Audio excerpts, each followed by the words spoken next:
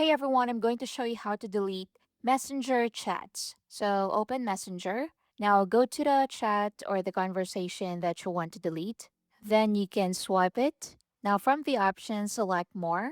Now in here, from the options, select delete and click delete again to confirm the action. So everything will be deleted, including messages sent before the chat was end-to-end encrypted. So make sure you're sure about this, then click delete to confirm the action. Now, if you only want to delete a specific message, you can open the conversation.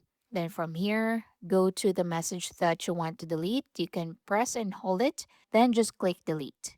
You can also select multiple messages to delete, then just click delete at the bottom to delete those messages.